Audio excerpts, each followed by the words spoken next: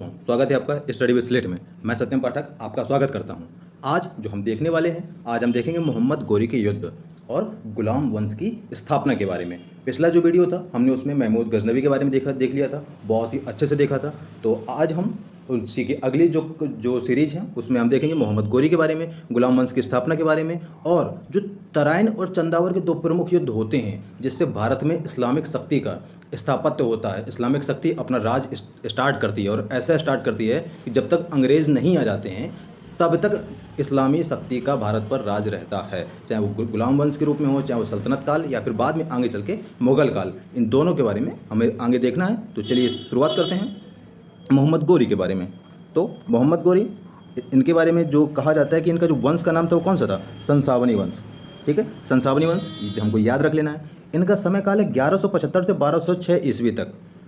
गौर करिए, 1175 से 1206 ईस्वी तक। लेकिन जो यहाँ पर वो राज करते हैं ना, युद्ध करते हैं, वो 1195 तक ही करते हैं। उसके बाद में वो अपने गजनी, जो उनका प्रमुख क्षेत्र होता है जहाँ से वो आए हुए होते हैं, वहाँ पे वो वापस लौट जाते हैं। ठीक है, इसके बाद में इनका जो प्रमुख युद्ध हुए हैं उनके बारे में देख लेते हैं, क्योंकि वो एक ऐसे वो युद्ध ही करते थे। उन्होंने पूरी मतलब उनके बारे में जितना भी हमें पढ़ना है, उनके सिर्फ हमें युद्ध ही पढ़ने हैं, मोहम्मद गौरी के युद्ध ही पढ़ने हैं बस।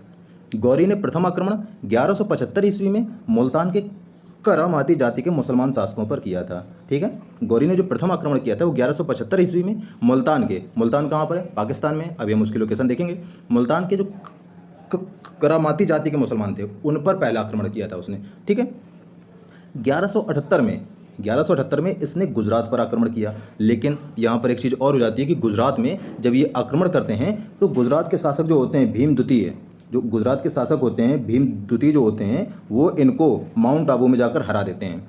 गुजरात के शासक भीम द्वितीय इनको माउंट आबू में जाकर हरा देते हैं इनको। ठीक है, और ये गौरी की भारत पर पहली हार होती है। जब माउंट आबू पे जाके हरा देंगे तो भैया जब वो पहली बार भारत की सरजमी पर, उस समय मुल्तान भारत ही था, इस वजह से उस समय था। लेकिन जो अगर वर्तमान परिदृश्य में देखेंगे तो वर्तमान जो हमारा हिंदुस्तान है, जो हमारा भारत है, जो पाकिस्तान के बंटवारे के बाद वाला जो भारत है, उस पर इसका पहला युद्ध था और ये पहला युद्ध हार जाता है। ये आपको गौर करके देखना है। चलिए जो मैप में हम ये माउंट आबू और जो मुल्तान है उनको देख लेते हैं आराम से। ये देखिए, जो गजनी जो क्षेत्र था ये राजा वहीं का था। जो ये गजनी क्षेत्र आप देख रहे हैं यहीं का ये राजा था। तो ये कहाँ आक्रमण करता है? मुल्तान में। मुल्तान है आपका पाकिस्तान का ये वाला क्षेत्र। ठीक है, यहाँ पर आक्रमण करता है पहला आक्रमण। तो उस समय के हिसाब से देखा जाए तो भैया वो उसने भारत पर पहला आक्रमण था। लेकिन जो हमारा वर्तमान इस समय का भारत है, इसमें देखा जाए तो पहला आक्रमण कहाँ करता है? गुजरात में। यहाँ का राजा कौन होता है? भीम द्वितीय। और वो माउंट आबू के पास, ये देखिए आबू रोड लिखा हुआ है, माउंट आबू के पास जाकर वो हरा देता है इसको। ठीक है, तो ये होगी इसकी लोकेशन।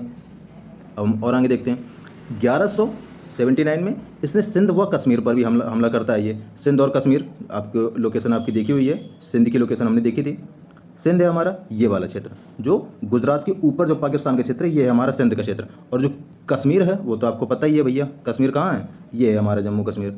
ठीक है, तो इन दोनों पर भी वो आक्रमण करके जीत लेता है। ठीक, इसके बाद में 1191 में, इसको नहीं पता, 1191 में तराइन के प्रथम युद्ध में पृथ्वीराज चौहान गौरी को हरा देता है। तराइन के प्रथम युद्ध में पृथ्वीराज चौहान गौरी को हरा देता है। सबको स्टोरी पता है, जिसको नहीं पता है। एक वर्ष बाद 1192 में तराइन के द्वितीय युद्ध में गौरी जीत जाता है। जब वो एक साल में पृथ्वीराज चौहान जीत जाते हैं तो इनको ये लगता है कि वो हार गया है, अब नहीं आएगा। तो लेकिन वो एक साल बाद तुरंत आ जाता है। वो नहीं बोलते बाउंस बैक, वो बाउंस बैक करता है और फिर इसके बाद वो आकर एक साल के अंदर ही अपनी फौज दोबारा तैयार करता है और दोबारा आक्रमण कर देता है, जिसमें मोहम्मद गौरी जीत जाता है। इस पर सम्राट पृथ्वीराज चौहान हार जाते हैं एवं वह सम्राट की हत्या करवा देता है।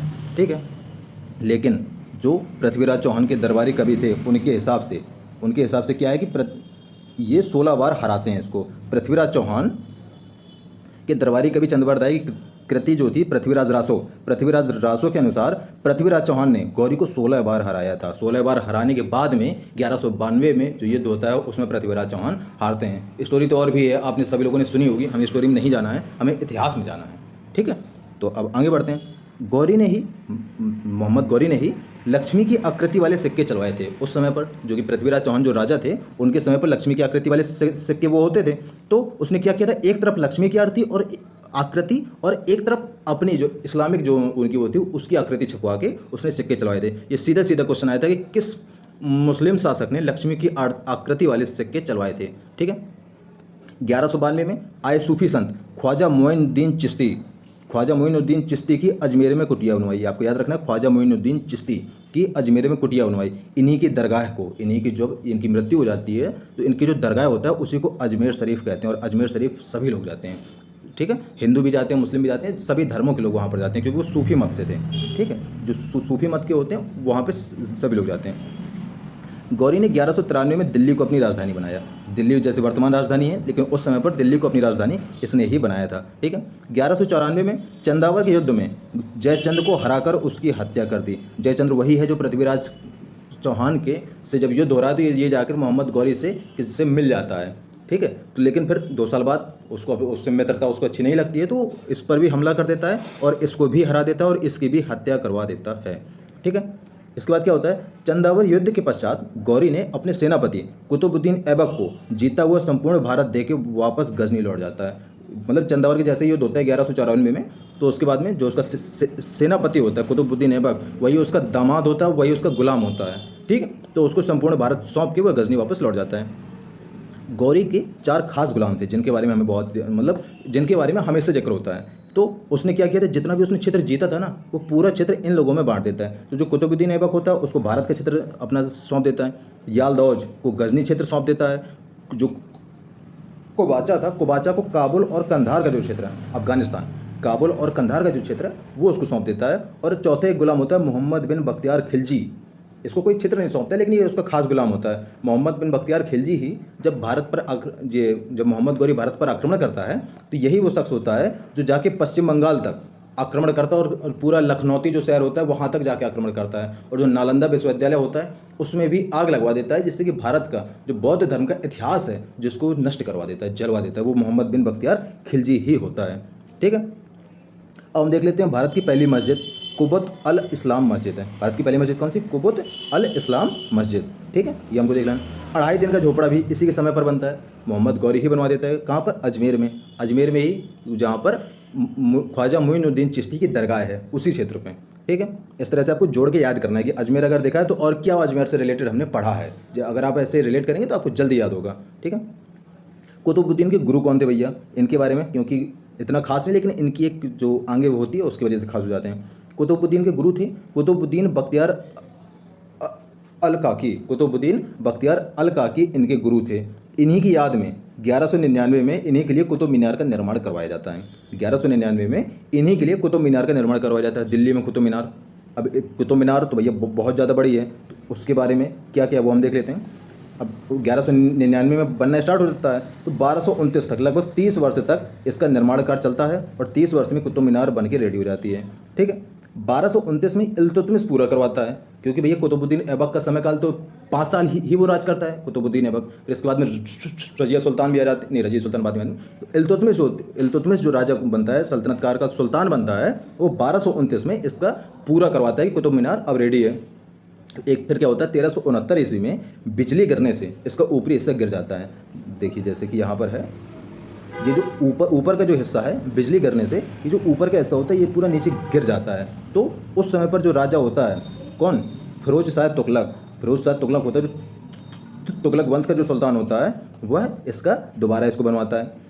जो फिर इसके बाद में जो सिकंदर लोधी आते हैं, क्योंकि सल्तनत काल में 5 वंश आए हुए हैं जिनके बारे में अगले 2 वीडियो में हम पूरा सल्तनत काल निपटा देंगे। ठीक है, तो जो सिकंदर लोधी आता है वो फिर इसका जीर्णोद्धार करवाता है, मतलब दोबारा से पेंटिंग करवाएगा, जहाँ पे टूटी फूटी हो वहाँ उसको सही करवाएगा और बहुत ही अच्छे से उसकी नक्काशी वगैरह वो करवाता है।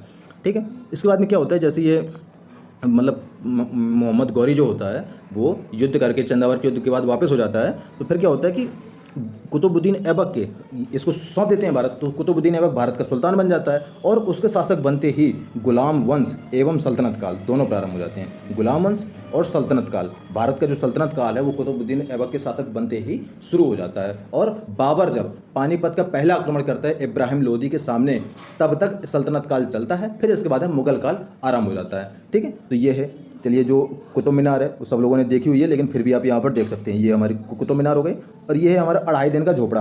अजमेर में जो 2.5 दिन का झोपड़ा है वो आप यहाँ पर देख सकते हैं। ये रहा 2.5 दिन का झोपड़ा। अब ये समझिए कि करीब 1000 साल पहले, लगभग 900 साल पहले का ये बना हुआ है। ठीक है, और इसी के साथ हम अपना वीडियो यहाँ पर समाप्त करते हैं। अगले 2 वीडियो में हम पूरा सल्तनत काल निपटा देंगे, क्योंकि उसमें 5 वंश हैं, गुलाम वंश, लोधी वंश, खिलजी वंश, तुगलक वंश और सैयद वंश, इन सब के बारे में हम बहुत अच्छे से देखेंगे और 2 वीडियो में ये पूरा सल्तनत काल हमारा समाप्त हो जाएगा। ठीक है, तो अगर आप यहाँ तक आए हैं तो लाइक, सब्सक्राइब और कमेंट जरूर करिए और देखते रहिए। Thank you.